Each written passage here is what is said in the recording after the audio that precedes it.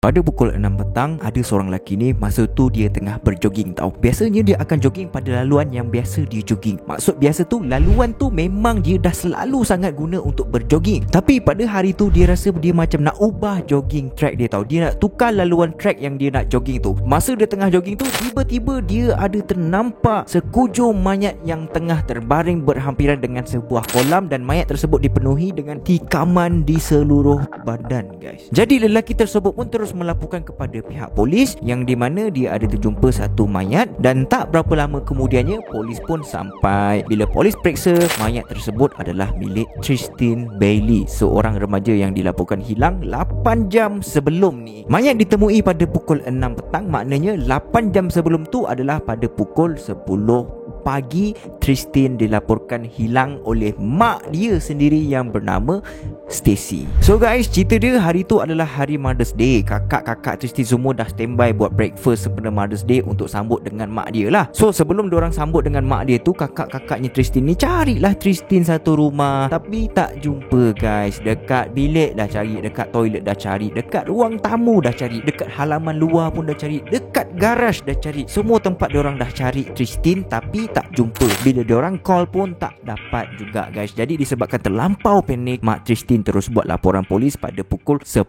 pagi yang macam Carol ceritakan tadi itu. So dalam laporan tu, mak Tristin bagi tahu yang apa yang Carol akan cakapkan ni adalah semuanya poin-poin penting, dan Carol akan terangkan dalam bentuk poin sahaja, guys, untuk yang mak Tristin bagi tahu dekat pihak polis. Yang pertama, anak dia Tristin Bailey berumur 13 tahun, remaja perempuan, tinggi 164 cm, berat 58 kg dan bersekolah di Patriot Oaks Academy. Anak dia yang tu hilang.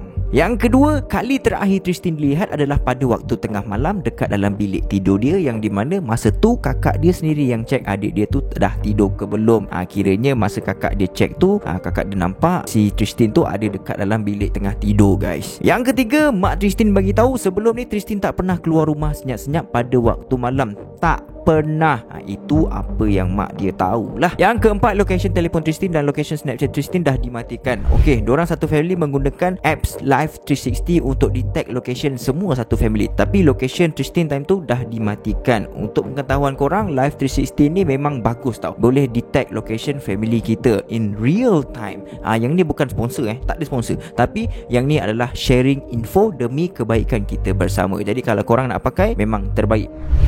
Yang kelima, kebelakangan ni Tristin selalu bergaul dengan budak-budak taman perumahan diorang. Yang keenam, Tristin tak ada penyakit mental. So ada 6 poin penting yang mak Tristin bagi tahu dekat polis, yang di mana Carol dah kecilkan skop dia. Sebenarnya banyak poin lagi, tapi 6 poin ni adalah paling penting and berkait dengan kes kematian Tristin Bailey. So dekat sini persoalannya adalah apa yang berlaku dekat Tristin Bailey sebenarnya ni. Okey, jom layan intro.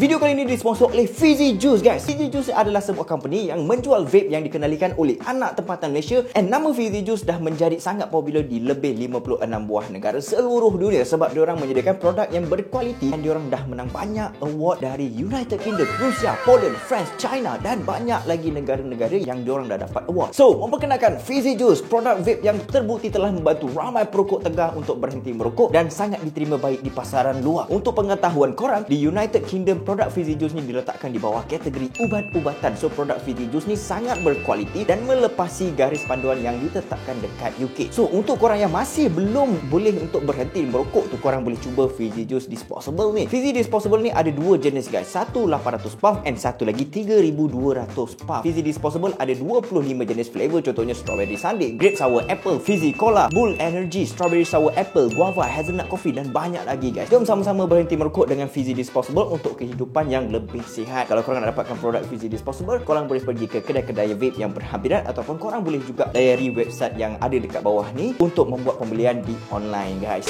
Okey, Carol cuba padatkan cerita ni supaya korang semua mudah faham dengan kes ni, guys. Alright, sebenarnya Tristin Bailey ni sehari sebelum dia dibunuh, dia keluar rumah senyap-senyap malam tu untuk jumpa dengan kawan-kawan dia, untuk lepak dengan kawan-kawan dia guys. Pada pukul 12.25 pagi, rekod daripada syarikat telekomunikasi yang bernama AT&T. Kalau macam dekat Malaysia ni kita ada Celcom, Digi, Maxis, tapi dekat sana nama dia AT&T and macam-macam lagi lah. Jadi rekod daripada AT&T menunjukkan yang pada pukul 12.25 pagi ada satu panggilan masuk ke dalam telefon Tristin. Panggilan tersebut adalah daripada seorang remaja lelaki yang bernama Aiden Fuchi. Siapa pula Aiden Fuchi ni?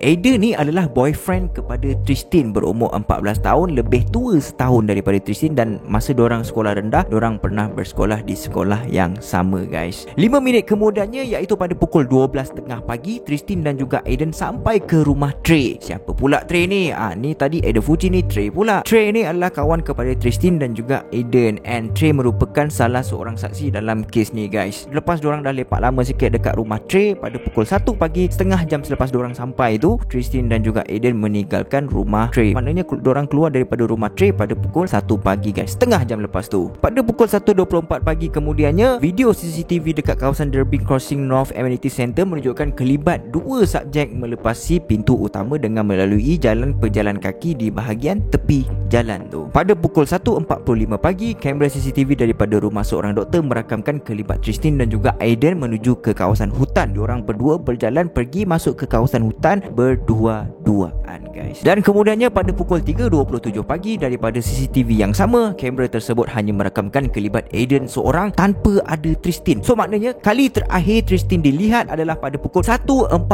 pagi, yang dimana dia sedang menuju ke kawasan hutan bersama-sama dengan Aiden. Tapi pada pukul 3.27 pagi tu hanya Aiden seorang je yang ada. Mana pergi Tristin? Pada keesokan hari, Tristin dijumpai mati dengan tikaman sebanyak 114 kali dekat seluruh badan mangsa. Jadi dekat sini kita semua dah dapat agak siapa yang membunuh Tristin dengan sangat kejam tu. Yes, dalam kepala kita semua mestilah Aiden kan, sebab Aiden adalah orang yang kali terakhir dilihat bersama dengan Tristin menuju ke kawasan hutan pula tu kan. Lepas mayat Tristin dijumpai, polis kemudiannya pergi ke rumah Aiden untuk pick up dia, bawa dia ke balai. Masa dekat dalam kereta polis, Aiden sempat ambil gambar, Aiden sempat selfie dulu and then post dekat dalam dia punya Snapchat dengan mengatakan, ada sesiapa nampak Tristin tak? Masa Aiden disoal siasat, polis ada tanya dia macam ni tau, tadi kita dah jumpa mayat Tristin tapi dia dah mati dan kau adalah orang terakhir yang bersama-sama dengan dia. And then kau nak tahu si Aiden tu jawab apa? Macam mana benda tu boleh jadi masalah aku? Boleh pula budak tu cakap macam gitu. Bila dikerah untuk jawab, finally Aiden mengaku yang dia ada cium Tristin, and then bila Tristin pegang dia, dia rasa terkejut dan kemudiannya dia tertolak Tristin dengan sangat kuat sampaikan Tristin jatuh dan kepala Tristin tu terhantuk dekat batu tau. Semua tu hanya disebabkan dia rasa terkejut bila Tristin terpegang dia. So lepas Tristin pun dah tak sedarkan diri dia, Aiden pun terus gerak daripada tempat tu. Itu adalah keterangan daripada Aiden. Dia masih tak mengaku yang dialah orang yang menikam Tristin sebanyak 114 kali. Dia masih tak mengaku guys. Dia ingat apa? Dia ingat kalau dia cakap macam gitu dia boleh terlepas ke? Okey, polis cakap tak apa, kalau kau tak nak mengaku, kita akan pergi ke rumah kau untuk cari bukti-bukti yang lain. So bila polis cari bahan bukti dekat rumah Aiden, polis menemui 8 pocket knife, 1 pisau buatan sendiri dan 1 sarung pisau rainbow, dan juga polis mendapati pakaian yang dipakai Aiden pada malam kejadian tu telah dibasuh oleh maknya Aiden tau. Jadi polis terpaksa untuk panggil forensik untuk cek sama ada kesan darah tak dekat dalam longkang. And yes, forensik mengesahkan memang terdapat kesan darah pada longkang rumah Aiden. Jadi maknanya pakaian yang dibasuh oleh mak Aiden memang ada darah Tristin dekat situ. So dekat sini maknya Aiden pun dituduh bersalah sebab melakukan cubaan untuk menghapuskan bukti, dalam erti kata lain bersubahat. Dia cuba untuk bersubahat untuk tak nak bagi anak dia kena tangkap dengan polis. Jadi dia kena hapuskan bukti lah. And then rupanya Aiden ni dia ada awet lagi satu guys. And dekat awet lagi satu dia tu, Aiden selalu cakap benda-benda yang berkaitan dengan pembunuhan tau. Awet dia cakap Aiden ni selalu bawa pocket knife dia ke mana saja dia pergi, kecuali sekolah lah. Dekat sekolah dia tak bawa lah sebab nanti ada spot check kan.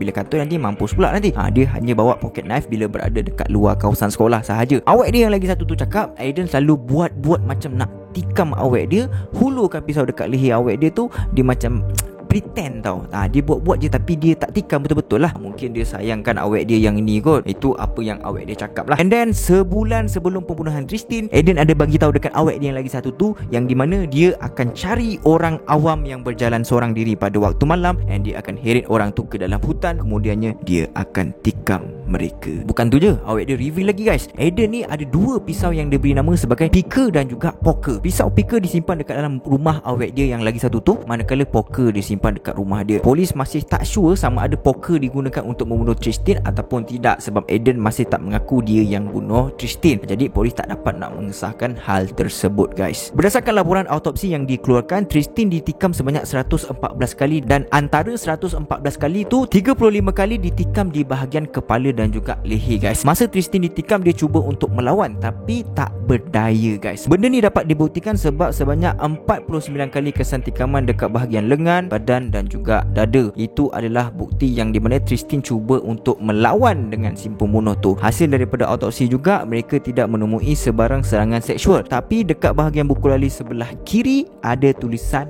Karma yang ditulis dengan menggunakan dakwat berwarna biru, and dekat bahagian buku lali di sebelah kanan pula ada lukisan smiley. Korang tahu kan smiley tu kan? Masa kes COVID tengah meningkat dekat sana, diorang terpaksa melakukan prosiding mahkamah melalui phone call tau. Masa tu Aiden dah masuk dekat dalam penjara lah. Semasa prosiding tu sedang berlangsung, dia memandang ke arah sekeliling dia. Dia macam confused, and tiba-tiba dia tanya macam gini tau, saya dekat mana saya dekat mana berulang kali. And dia pun ada bagi tahu bila dia marah mesti akan ada satu suara yang suruh dia untuk buat kejahatan tau. Macam ada something, ataupun sebenarnya Aiden ni dia sakit mental, cuma tak dirawat daripada kecil lagi guys. So kes ni pun masih lagi sedang berlangsung, tak settle lagi. Sementara tu Aiden dipenjarakan untuk mengelakkan daripada perkara yang tak diingini berlaku dekat luar sana. So better kau duduk kat dalam penjara lah. Tapi Kero rasa memang Aiden yang buat ni. Confirm lah, banyak kot bukti. Tak apa, kita tengok nanti macam mana result dia nanti. See you on next video. Assalamualaikum.